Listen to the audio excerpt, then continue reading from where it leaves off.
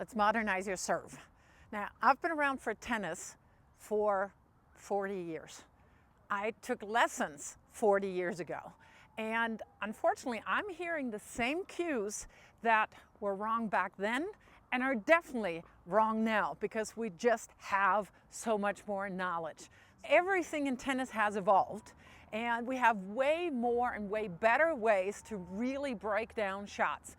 And one of the things that can really benefit from using the correct cues is your serve.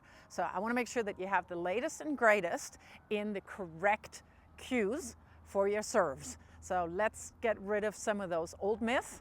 My name is Meike Babel, former top 30 WTA pro, and yeah, let's get going. Let's get rid of some of that old stuff. All right, one of the cues that I'm hearing still, unfortunately, all the time is bring your left hip into the court, over the baseline. Left hip, if you're a right-hander, left hip over the court, into the court. If we look at top players, does their inside hip, the hip that's closer to net, does that come over the line here? Yes, it does. But it's not coming over the line because they stick the hip out. It comes over the line because they load, and primarily the back leg. So what you want to work on really is get that load out of your legs to get up and out, to go high and not forward, because that is exactly what's going to happen if you stick your hip out. Your momentum will push you forward, and that's not where you want to go. You want to go up and out. So make sure that you really drop into your load. Remember Boris Becker? He was probably the most extreme in loading the legs. But think of all the top servers now. Ash Barty, Veronika Kudermetova, or Elena Rybakina on the women's side, of course, Federer, Isner, Opelka, whoever it is, they're all using their legs. And it's not the hip that sticks out. The hip sticking out is a function of the load. All right, one of the things that I'm hearing still a lot, and it still is not correct, is that the serve is like a pitch or like a throw. No, not even close. I'm going to show you some footage from one of the best sports scientists in the world who has battled that myth for the longest time as well.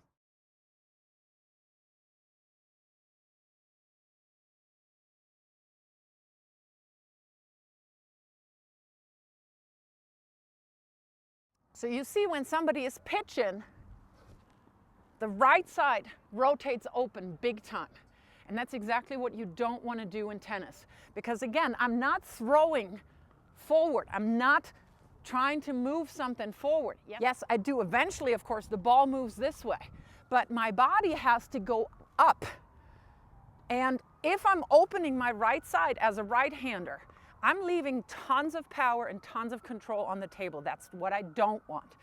If I were to throw the ball up as high as I can and not far at all, I can get a little bit more on board with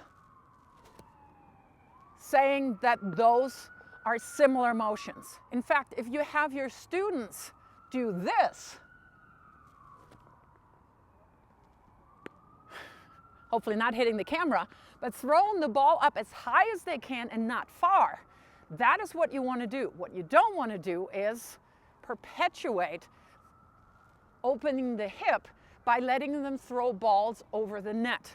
I still see that, unfortunately, a lot in junior lessons. So make sure that when you are working on your serve, that you really focus on the up and out movement rather than the opening up. And I show you the difference when I'm serving. So one more time, what I don't want to do in serving is this. I don't want to open up too soon. I don't want to step around here and then open up. When I first started working on this, I really focused on having my chest facing towards the outside fence a lot more. Feels a little robotic in the very beginning, but what you don't want to see when I'm serving, shortly before I make contact, you don't want to see my right side having already rotated open. You want to see me side on.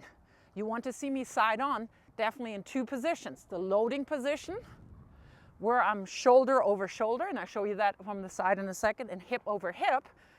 And you want to see me almost side on, full side on, as I'm about to make contact. So if you see this, you know that I'm losing some pop and some control on my serve. So I'm really focusing on staying sideways. And I'm really trying to also keep my head up and not collapsing. And when I manage to stay side on, I'm actually getting a pretty good serve out without doing much at all. I'm not even using my legs yet. The two positions that you want to stay side on your serve are your loading position, and that is hip over hip, shoulder over shoulder. And then when you're hitting, again, you don't want to step around too soon. As I'm hitting the ball, I'm trying to really work on staying sideways. Okay, the back scratch. I'm sure you've heard that. And it is still wrong. So what I mean by scratch your back or the back scratch is that your coach wants you to do this. Scratch your back. At not any one point in your serve motion does your racket actually scratch the back between your shoulder blades. What happens is you get into the so-called cocking position, and that is the position right after the stage of loading. Up until this position, you have created energy. From here on out, you're releasing energy, and it starts with the cocking position that I can't replicate just in this motion. I'll show you some footage because it just goes too fast. But essentially, what you want in this position is the chest bone facing up, your head facing up, the inside of your elbow, the inside of your wrist, and the butt of your racket facing up. The tip of the racket will look down.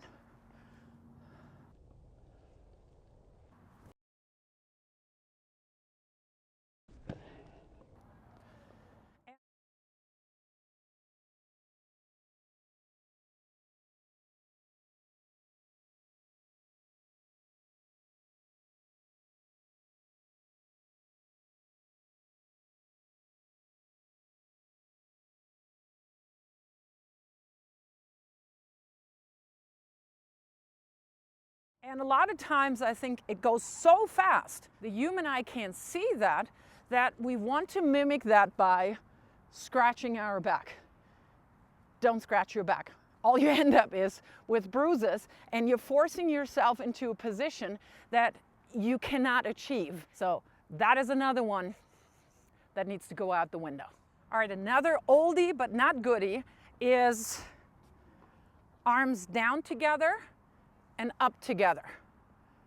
If you look at footage from really good players, and I'm not even talking about pros, you never see them getting into this position. That is a big no-no. You will see them again in this loading position. And you see that clearly my right shoulder is much lower than my left. So up together does not achieve that position. You have somebody like Ash Barty, who I'm sometimes really thinking, like, when are you bringing your right arm up? But because she loads, of course, so heavily with her legs, everything that she does with her upper arm is a function of that. So again, up together, nope. Left arm releases the ball, continues to move up, while your right gets into the loading position. So you don't have to work on bringing your right shoulder up as high. All your energy, all your power comes from your arm. It does not. Your arm is one of the last links in the kinetic chain. If you have not loaded properly in stage 3, and again, I'm using the terminology that Dr. Markovic has coined, if you have not loaded properly in 3, you are not going to get more pop on the ball by then trying to viciously slap at the ball. All you're going to end up is hurting your shoulder, your elbow, or any other part of your arm. And let me tell you, I can write some stories about that. That was the reason why I had to retire. And I do attribute some of that to the cue, accelerate with your arm. So I remember having whole lessons just doing this, and I'm not even going to do it fast, but really trying to rip through here to get more racket head acceleration. Nothing virtually in any of the lessons when I was younger was spent at looking at the legs. So what do we do with the legs? We want to load them. How do I load them? Now, whether I use my platform stance, meaning I'm not pulling my back leg forward, or I'm using my pinpoint stance, what I want to do is, in this position, called the loading position, stage 3, I have about 60 to 40% of my body weight on my back leg. So I'm coming from here into the drop here, and now I'm pushing up and out. And if I do this dynamically enough, of course I'm going to land inside the court. So making sure that I'm loading here is essential for me to then be able to release my arm and just let it do what it wants to do. So focus on your stage 1, stance, grip. Stage 2, ball toss has to be in the right place. Loading, and then pretty much everything else is a function of that. So the arm, to my mind, is really the last thing that you want to focus on when it comes to get power on the serve.